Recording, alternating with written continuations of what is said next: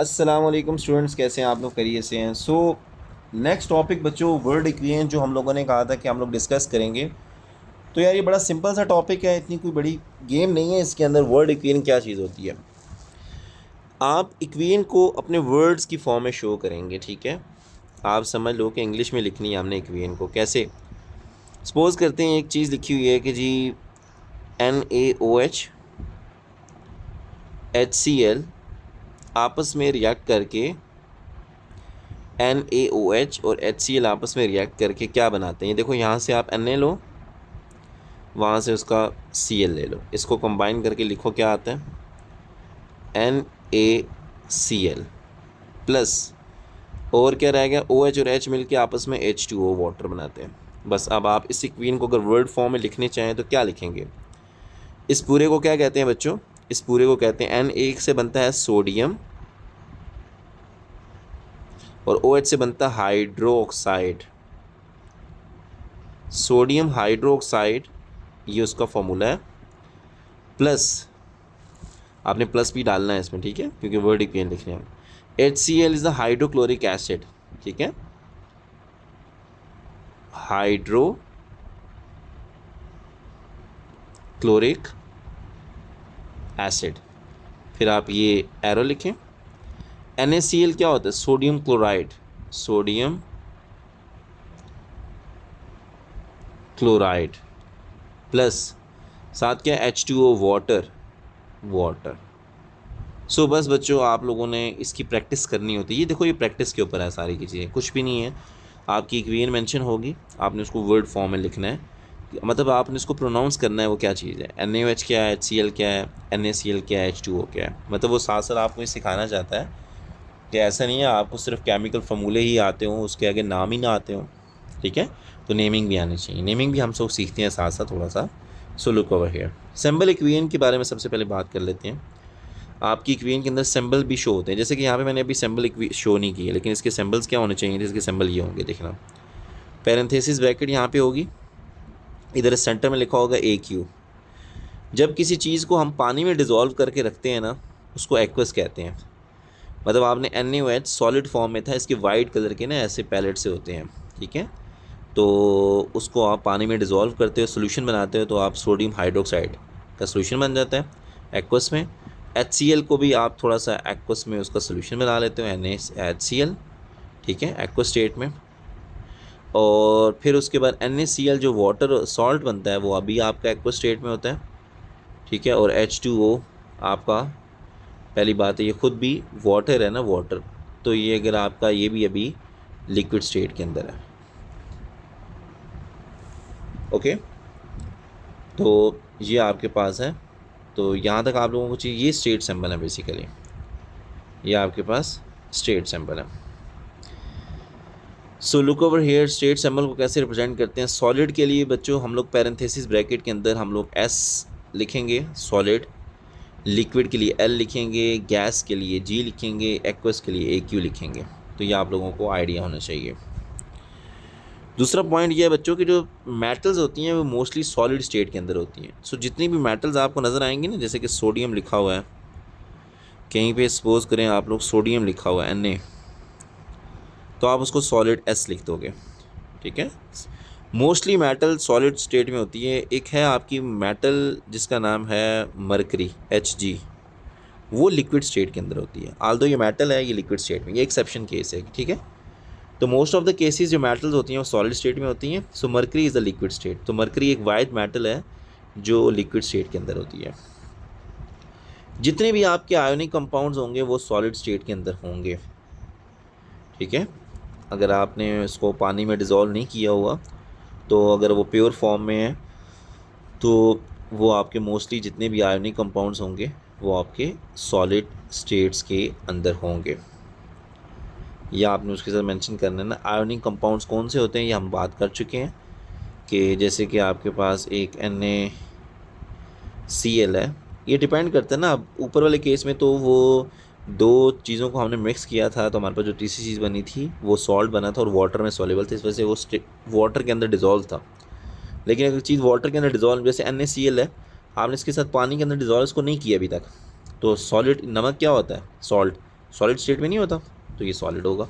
हाँ, अगर पानी में आपने डिज़ोल्व कर दिया, अगर आप इसको H2O के अंदर आप डिज़ोल्व कर देते हो तो यस, अब ये बन जाएगा NaCl एक्वस स्टेट के अंदर, ये अब NaCl एक्वस में चला जाएगा। तो ये चीज़ हो सकती है। प्रेसिपिटेट किसे कहते हैं? प्रेसिपिटेट मतलब एक ऐसी प्रोडक्ट होती है जब आप कोई रिएक्शन लगाते हो, या आप सिंपल ये समझ लो प्रेसिपिटेट को सॉलिड ही कहते हैं, ठीक है। मतलब जहाँ पे कहा जाए ना कि प्रेसिपिटेट आर फॉर्म्ड, तो मतलब वो जो भी आपका प्रोडक्ट होगा, लेट से वो कहता है कि प्रेसिपिटेट ऑफ MgCl2, ठीक है, या प्रेसिपिटेट ऑफ लेड क्लोराइड, ठीक है, लेड क्लोराइड की प्रेसिपिटेट फॉर्म है, तो उसके साथ आपने सॉलिड मेंशन कर लेना है।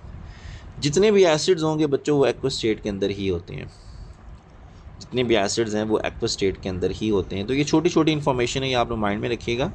तो ये इंशाल्लाह जब हम लोग प्रैक्टिस की ओर करते जाएंगे ना, तो फिर जाके ये चीज़ें क्लियर होती जाएंगी। बट ये छोटी छोटी चीज़ें हैं, इसको आप लोगों ने माइंड में रखना है। इस चीज़ जो मैंने आपके सामने 5 पॉइंट्स लिखे हैं, इसको लाजमी नोट रखिएगा। नेक्स्ट देखते हैं कंपाउंड्स के नाम कैसे लिखते हैं। अगर फ़र्ज़ करें बच्चों कि एक तरफ मेटल है और दूसरी तरफ नॉन मेटल आ गया, एक कंपाउंड आप लोग नाम लिखने लगे थे, आपके सामने सपोज करो NaCl है। अब Na एक मेटल है और Cl एक नॉन मेटल है ना बच्चों।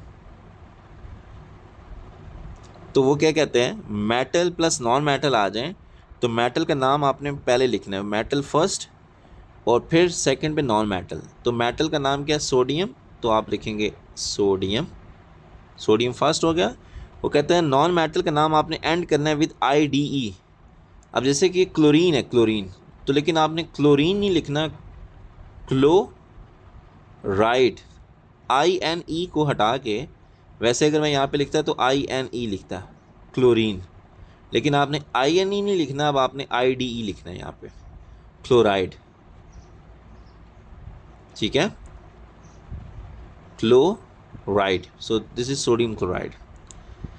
नेक्स्ट पॉइंट क्या है कि अगर आपके पास एक नॉन मेटल और नॉन मेटल आ जाए, non metal but one is hydrogen, एक हाइड्रोजन हो, जैसे कि H और Cl, ये दोनों नॉन मेटल हैं, लेकिन एक हाइड्रोजन और एक क्लोरीन है। मतलब क्लोरीन भी नॉन मेटल है और ये हाइड्रोजन भी नॉन मेटल है, लेकिन इसके अंदर हाइड्रोजन है।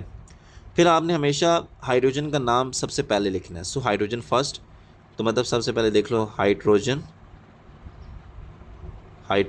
क्लोराइड, ठीक है। वो देखो नॉन मेटल का नाम IDE के ऊपर एंड किया। सो ये रूल हमेशा, वो पहले वाला रूल तो हमेशा हर जगह पे लगना है। तो हाइड्रोजन का नाम फर्स्ट और फिर देन क्लोराइड। फिर non metal plus non metal आ जाए, लेकिन बट ग्रुप्स आर डिफरेंट। मिसाल के तौर पे अब आपके पास आ गया CO2, ये देख लें, कार्बन डाइऑक्साइड इसको कहते हैं। अब कार्बन भी नॉन मेटल है, ऑक्सीजन भी नॉन मेटल है। कार्बन कौन से ग्रुप से बिलोंग करता है, 4 ग्रुप से बिलोंग करता है। ऑक्सीजन कौन से ग्रुप से बिलोंग करता है, 6। तो आपने 4 वाले को प्रायोरिटी देनी है, 4 वाला पहले है तो पहले लिखेंगे इसका नाम। तो कार्बन इसलिए हम लिखते हैं पहले कार्बन, और फिर ये 2 की वजह से हम लिखते हैं डाई, और ऑक्सीजन ऑक्स, ठीक है, YGEN लिखते हैं, लेकिन हम ऑक्साइड IDE लिखेंगे, ऑक्साइड। सो कार्बन डाइऑक्साइड, ठीक है। तो वो नेमिंग का जो एंड है ना, वो IDE के ऊपर ही करना है बच्चों, ठीक है, IDE के ऊपर ही करना है अगर आपके पास नॉन मेटल्स आ रहे हैं। अब अगला 4th कॉन्सेप्ट, आपके पास मेटल के साथ ना बहुत सारे डिफरेंट ग्रुप्स आते हैं, कॉमन ग्रुप, जैसे कि अभी हम सीख के आए हैं, नाइट्रेट, सल्फेट, कार्बोनेट, हाइड्रोक्साइड और हाइड्रोजन कार्बोनेट, ठीक है, ये सारे। अभी जब भी मेटल के साथ आएंगे तो फिर उनका नाम वही होगा, मेटल का नाम पहले और उसके इन कार्बोनेट्स का नाम आखिर में। जैसे कि आपके पास ये कंपाउंड है NH4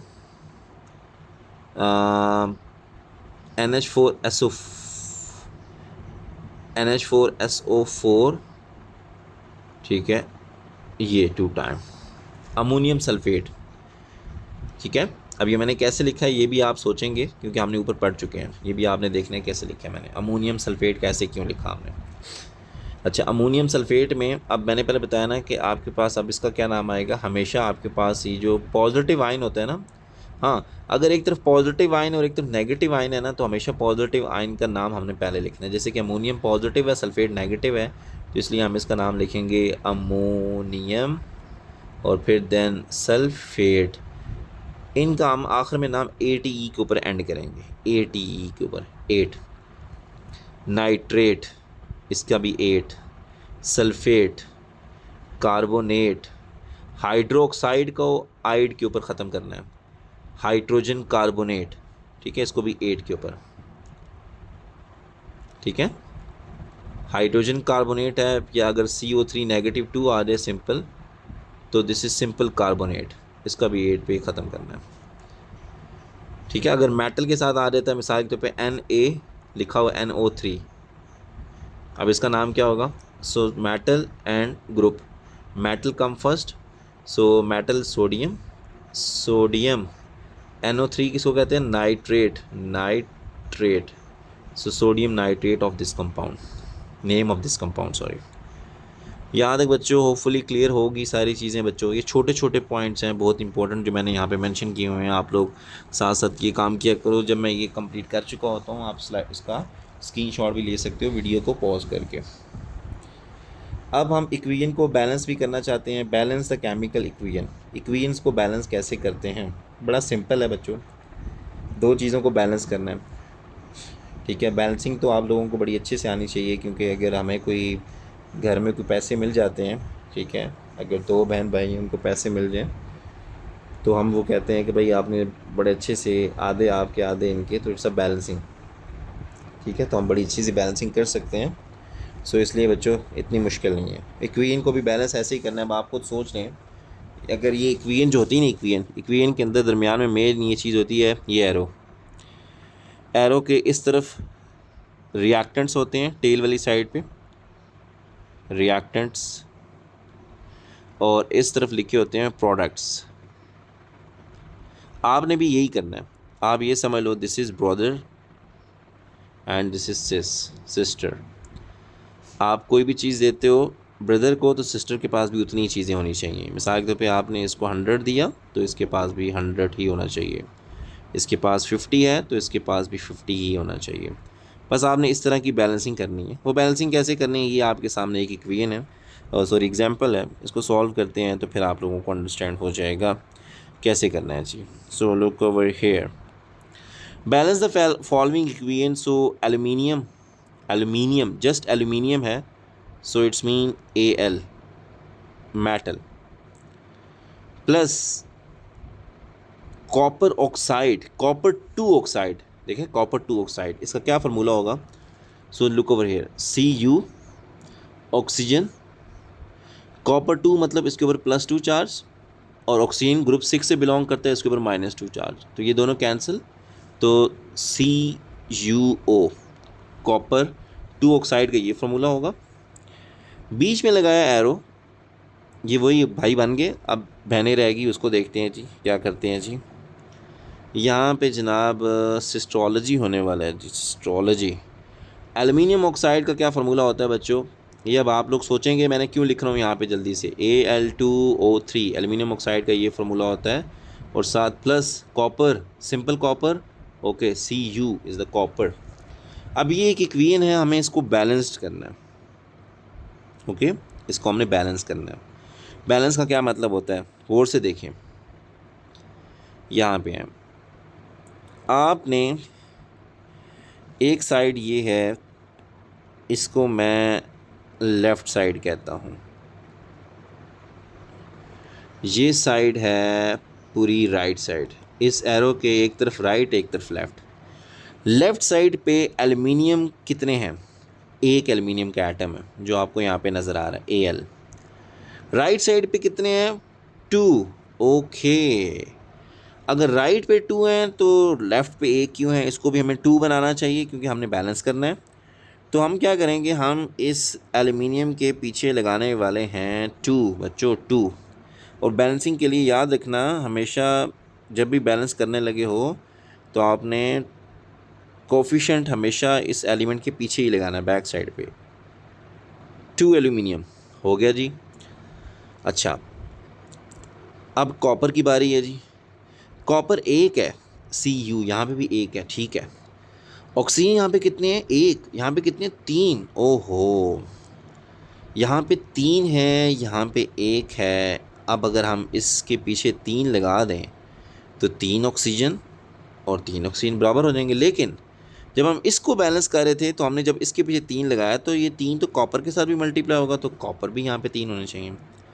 तो लेट्स सी, देख लेते हैं, करते हैं जी। प्लस 3 टाइम CuO एरो, यहाँ पे Al2O3 प्लस यहाँ पे भी कॉपर को हमें 3 टाइम कॉपर करना होगा। ये पॉइंट समझ आया बच्चों? कॉपर 3 टाइम हो गए, ऑक्सीजन 3 टाइम हो गए, लेकिन इन चक्रों के अंदर, इस केस के अंदर हमने एल्युमिनियम 2 हैं, कॉपर 3 हो गए। हाँ मेरे ख्याल से बैलेंस हो गई है, देखो बड़े अच्छे से बैलेंस हुई है। देखो अब एल्युमिनियम कितने हैं, 2, यहाँ पे कितने हैं, 2, copper 3, 3 copper, oxygen 3, 3 oxygen, yes. तो ये इक्वेशन आपकी बैलेंस्ड है। सो इसको हम बैलेंस्ड इक्वेशन कहते हैं, बैलेंस्ड इक्वेशन। सॉरी घर बन रहा है ये तो, अच्छा चलें खैर है। सो बैलेंस्ड इक्वेशन इसको कहते हैं बच्चों। यहाँ तक चीज़ें क्लियर हैं? नेक्स्ट देखते हैं, एक और एग्जांपल आपके सामने है, बैलेंस द फॉलोइंग इक्वेशन। सो क्या ख्याल है, ये आप लोग खुद नहीं करते यार, सारा काम मुझसे करवाओगे। अब आपने ये सोचना है मैं यहाँ पे ऐसा क्यों लिख रहा हूँ, मैं इक्वेशन बना के दे रहा हूँ आपको। MgO nitric acid, HNO3 nitric acid का ये फार्मूला होता है। Magnesium nitrate, Mg nitrate, okay, NO3 whole twice, magnesium nitrate plus H2O, okay. अब ये जो नाइट्रेट है ना, ये ग्रुप है, आपने इसको नहीं अलग से बैलेंस करना, आप पूरे नाइट्रेट को एक कंसीडर करके रखें। यहाँ पे देखो मैं आपको सिंपल सी चीज़ बताता हूँ, सिंपल सी चीज़ ये है, यहाँ पे नाइट्रेट कितने हैं, NO3 2 टाइम है, यहाँ पे NO3 कितनी दफ़ा है, एक दफ़ा है, ठीक है, इसके पीछे कोई पैरन। तो आप सिंपल से एक काम करो, वहाँ पे 2 टाइम है तो आप इसके पीछे ना 2 लगा दो, आप इसके पीछे 2 लगा दो। सबसे पहला कॉन्सेप्ट 2 लगा दो, नाइट्रेट बैलेंस हो गया। अब Mg की बारी है, Mg एक है, राइट साइड पे लेफ़्ट साइड पे भी एक ही है, ये देख लो बच्चों, राइट पे एक है, लेफ़्ट पे भी एक है। ऑक्सीजन को बैलेंस करना इंपॉर्टेंट है जी। ऑक्सीजन यहाँ पे 3 2 6 और एक ऑक्सीजन 7, यहाँ पे 3 2 6 और एक ऑक्सीजन यहाँ पे है 7, पूरे हैं। हाइड्रोजन भी बैलेंस है, H2 बैलेंस्ड है। ओ माय गॉड, मतलब हमें सिर्फ एक ये 2 लगाने से हमने अपनी पूरी इक्वेशन को बैलेंस कर लिया है बच्चों। तो देखें, तो जब भी ये ग्रुप्स होंगे ना, नाइट्रेट, सल्फेट, कार्बोनेट, इनको ग्रुप के तौर पे रखना। अगर आप इनके एटम्स में उलझने लग पड़े ना तो कन्फ्यूजन हो जाएगी। ओके, सो यहाँ तक ही करते हैं बच्चों। ये थर्ड इक्वेशन है हमने, चलो मैं इसकी यहाँ पे आपको वो कर देता हूँ, आपने इसको बैलेंसिंग खुद कर लेनी है। सो लुक ओवर हियर, यहाँ पे वो कहते हैं aluminium burn in chlorine. So aluminium plus chlorine to form the white solid, arrow लगा दो, बनने जा रहा है एल्युमिनियम क्लोराइड। क्या फार्मूला होता है, AlCl3, एल्युमिनियम क्लोराइड, बस। Okay, right the balance symbol equation including the state symbol. Symbol equation हमने लिख दी है, स्टेट सिंबल लिखने हैं। मैंने आपको बताया था एल्युमिनियम हमेशा क्या होती है, सॉलिड स्टेट में होती है, क्योंकि मेटल है ना ये। क्लोरीन जो होती है ना, क्लोरीन वो आपके पास गैसियस स्टेट के अंदर होगी, और एल्युमिनियम क्लोराइड में वो कह रहा है to form a white solid, उसने खुद कह दिया, तो एस लगा दो यहाँ पे, सॉलिड बनेगा। अब आपने इसको बैलेंस करना है, इसको जल्दी से आप लोग बैलेंस करेंगे खुद ही। तो मैं आप लोगों को इसका नेक्स्ट क्लास में फिर मैं खुद इसका आंसर बता दूंगा, लेकिन अभी नहीं, इसको बैलेंस आप लोगों ने खुद करना है। तो यहाँ तक चीज़ें क्लियर हैं बच्चों, इंशाल्लाह फिर नेक्स्ट क्लास में मिलते हैं बच्चों। ओके, अल्लाह हाफिज़।